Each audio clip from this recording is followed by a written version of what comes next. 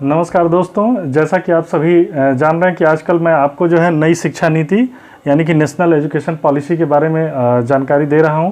इससे पहले मैंने एक वीडियो बनाई थी जिसको मैंने पार्ट 1 नाम दिया था और वहां पर आपको मैंने कुछ जानकारियां दे दी थी और कुछ जो जानकारियां शेष रह गई हैं उसको यहाँ पर जो है हम डिस्कस करेंगे। इस वीडियो में मैं पूरा जो है जो हमारी नई एजुकेशन पॉलिसी है उसके बारे में आपको मैं बताने जा रहा हूँ।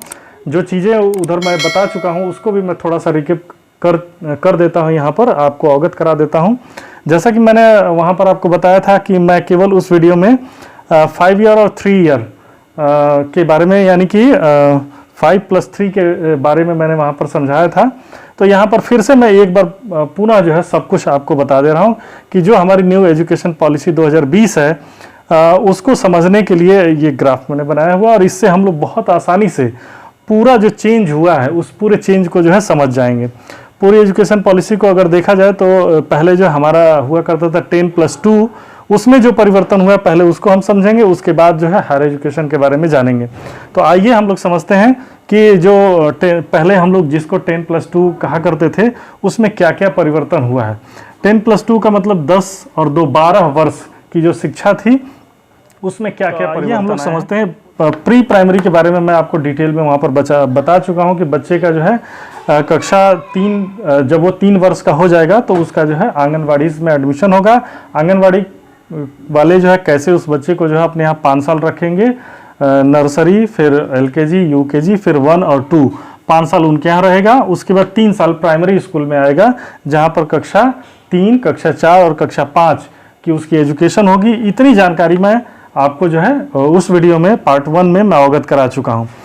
अब हम लोग जानेंगे यहाँ पर अपर प्राइमरी के लिए जो 3 वर्ष यहाँ देना है, जो कि कक्षा 6, 7 और 8 के बारे में है। अपर प्राइमरी कक्षाएं यही होती हैं और यहाँ पर भी जो है ये 3 वर्ष का होगा।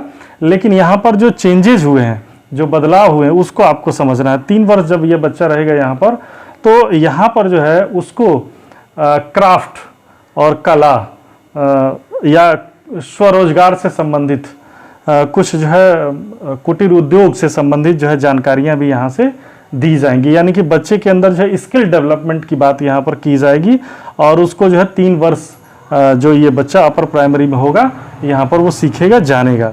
इसके बाद जो ये 4 ईयर का आपका जो 4 ईयर ये होना है, जो कि 2 ईयर हाई स्कूल का, 2 ईयर इंटरमीडिएट का, वो चीज़ें जो है सेम टू सेम रखी गई हैं। 2 वर्ष हाई स्कूल में 9 और 10 और 2 वर्ष इंटरमीडिएट में 11 और 12।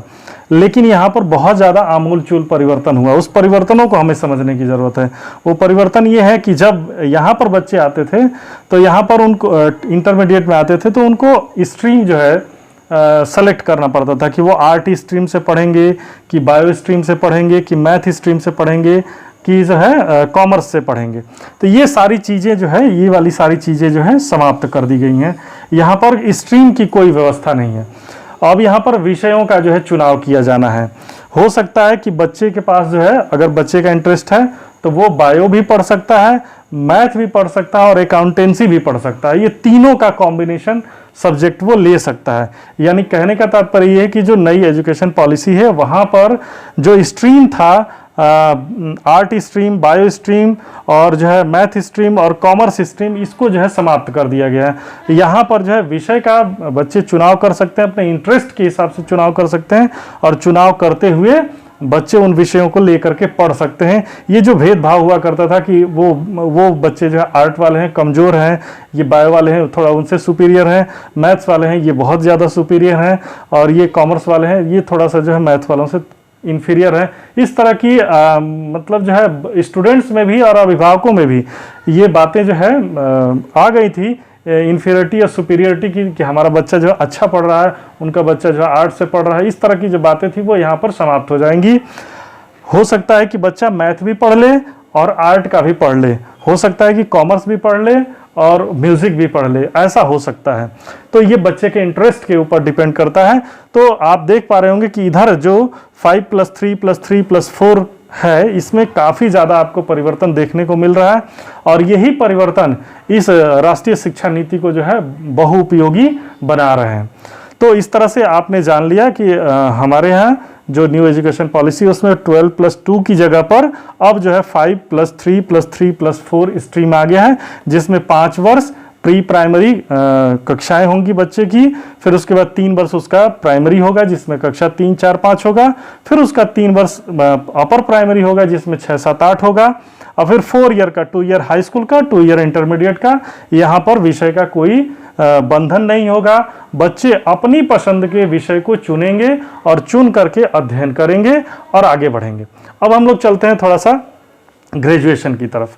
ग्रेजुएशन में आप जानते ही हैं कि जिस तरह से बायो और मैथ और कॉमर्स और आर्ट लेकर के बच्चे इंटरमीडिएट में पढ़ते थे, उन्हीं क्राइटेरिया में रहते हुए यहाँ पर वो लोग या तो बीए पढ़ते थे, या तो बीएससी करते थे, या तो जो है बीकॉम करते थे। तो इस तरह से ये लोग बीए, बीएससी और बीकॉम में डिवाइड हो जाया करते थे, और यही जो इन्फीरियरिटी सुपीरियरिटी की बात होती थी वो यहाँ पर भी होती थी। तो चूंकि यहीं पर ये समाप्त हो गया, तो यहाँ पर ये भी जो है इसको भी समाप्त कर दिया गया है। और इसके समापन के साथ साथ जो कोर्स है उसको बहुत ही उपयोगी बनाया गया, बहुत ही वैल्यूएबल बनाया गया।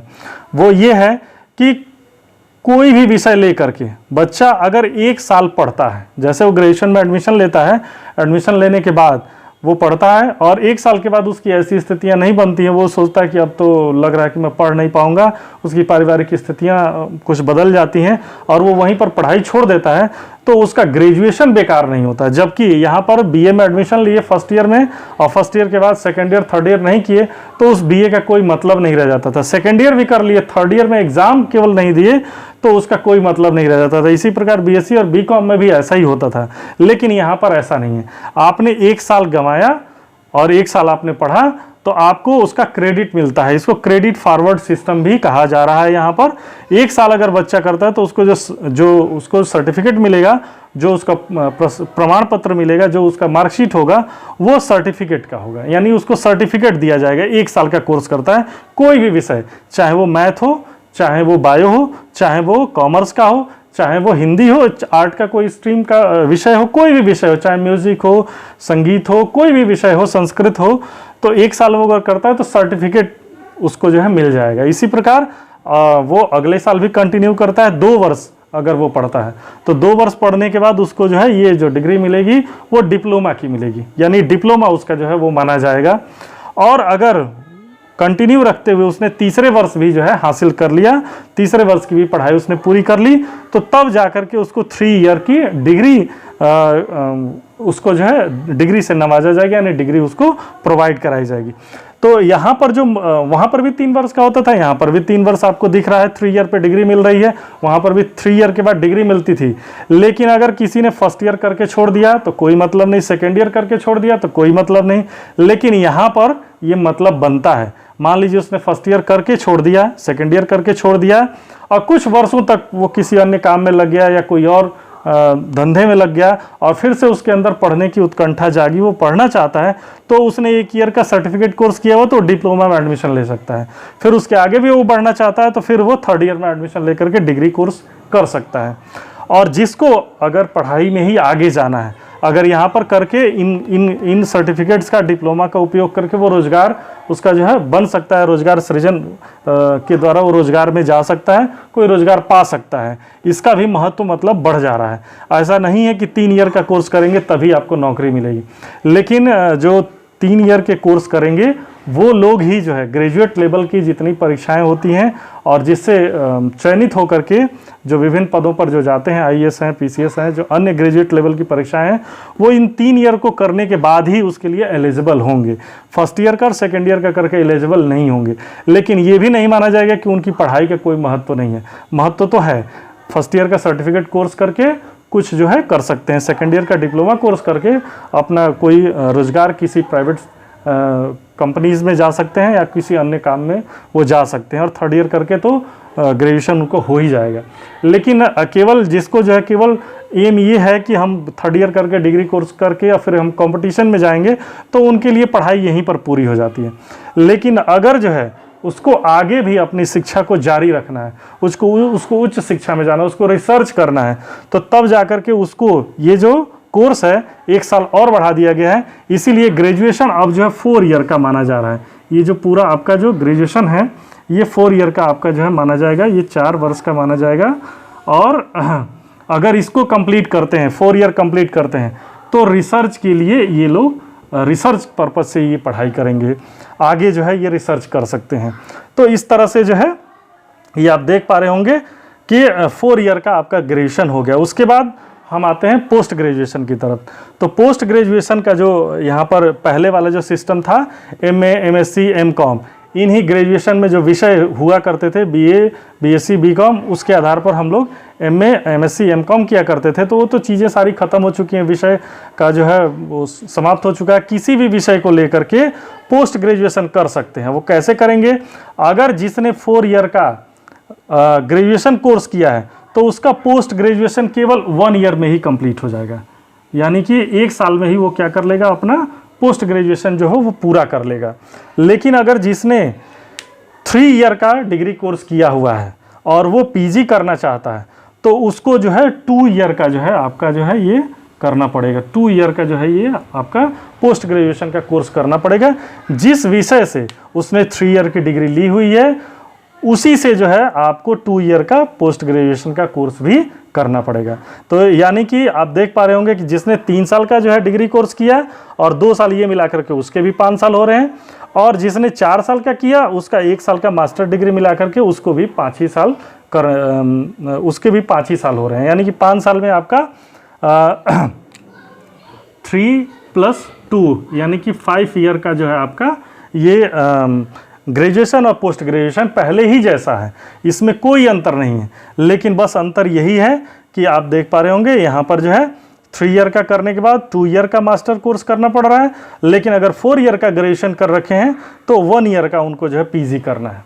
और चूंकि मैंने आपको कहा कि 4 ईयर का वही करेगा जो हायर एजुकेशन में जाना चाहता है, उच्च शिक्षा में जाना चाहता है और रिसर्च करना चाहता है।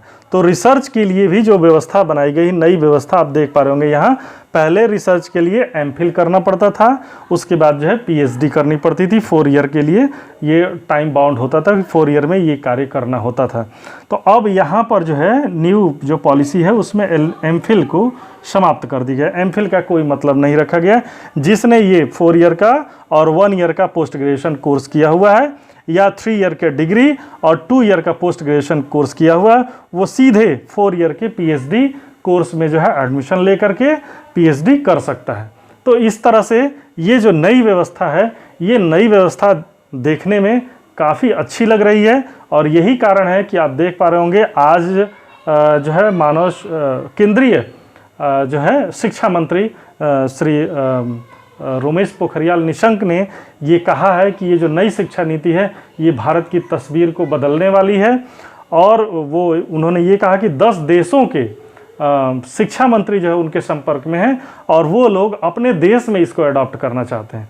तो हमारे भारतीय शिक्षा जो सिस्टम है, शिक्षा पद्धति है, उसमें ये बहुत ज़्यादा आमूलचूल परिवर्तन करने वाला है। आप सभी को जो है सजग रहना है। और आप सभी जान रहे हैं कि हमारे यहाँ जो है राज्य का इसमें हस्तक्षेप हो सकता है। वो कब इसको लागू करते हैं, कैसे इसको लागू करते हैं, ये तो आने वाला समय ही बताएगा। कितने परिवर्तन के साथ स्टेट अपने यहाँ लागू करते हैं। लेकिन जो नेशनल पॉलिसी है जिसमें एजुकेशन को जो नए स्वरूप दिया गया है, उस स्वरूप को मैंने आपके बीच रखा है और आप सब जो है इसको समझ भी चुके होंगे। अगर किसी तरह का आपका कोई प्रश्न बनता है तो उस प्रश्न को आप कमेंट बॉक्स में जो है लिखिएगा, आपको समाधान वहीं पर मिल जाएगा। और जो है आप इस वीडियो को, अगर ये आपको ये पसंद आ रही है तो ये सारे लोगों, चूँकि न्यू एजुकेशन पॉलिसी केवल शिक्षाविदों के लिए ही नहीं है, हमारे यहाँ जो जितने भी नागरिक हैं सबके लिए है, सबको इसको जानना चाहिए। तो सभी के पास इसको आप लोग शेयर करेंगे, सभी लोग इसको समझें, जानें और अपने लिए उनको क्या करना है। उनके घर पे जो बच्चे हैं जो पढ़ रहे हैं, चाहे वो प्राइमरी में हो, चाहे वो अपर प्राइमरी में हो, चाहे वो हाई स्कूल के सेगमेंट में हो कि इंटर में हो, चाहे ग्रेजुएशन कर रहे हो, चाहे PG कर रहे हो, चाहे PhD की तैयारी में हो, सबके लिए ये जानकारियाँ काफ़ी महत्वपूर्ण हैं। आने वाले 2 वर्षों के बाद इसका क्रियान्वयन जो है शुरू होना है। और अगर अभी से समझे रहेंगे तो अपने लिए अच्छे विषय का चुनाव कर सकते हैं और अपने करियर को जो है सही दिशा दे सकते हैं।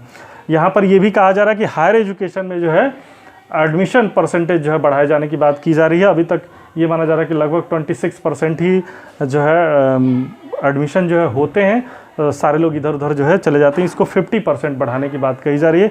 उच्च शिक्षा में 50% रजिस्ट्रेशन की बात कही जा रही है, तो इसको भी बढ़ाने की बात कही जा रही है। और इस तरह से ये एक तरह से देखा जाए तो ये बहुत ही वैल्यूबल, बहुत ही महत्वपूर्ण बदलाव इसमें हुए हैं। इस बदलावों से बहुत सारी चीज़ें निकल के आ रही हैं। एक तो जो इन्फीरियरिटी का कॉम्प्लेक्स रहता था कि बीएससी वाले बहुत ज़्यादा जो है सुपीरियर होते हैं, बीकॉम वाले सुपीरियर होते हैं, और बीएससी में भी मैथ वाले ज़्यादा सुपीरियर होते हैं, बायो वाले नहीं होते हैं, ये सारी चीज़ें जो है हटने वाली हैं। अपने इंटरेस्ट के हिसाब से बच्चा जिस विषय में अच्छा करना चाहता है उस विषय में अच्छा कर सकता है, आगे बढ़ सकता है और अपने को जो है एक मुकाम पर पहुंचा सकता है। तो इस वीडियो में इतना ही। आप सब जो है इसको ज़्यादा से ज़्यादा प्रसारित कीजिए, इसको शेयर कीजिए, लाइक कीजिए, मेरे चैनल को सब्सक्राइब भी कीजिए, ताकि इस तरह की जानकारियाँ आपको आगे भी मिलती रहें। बहुत बहुत धन्यवाद। Thank you.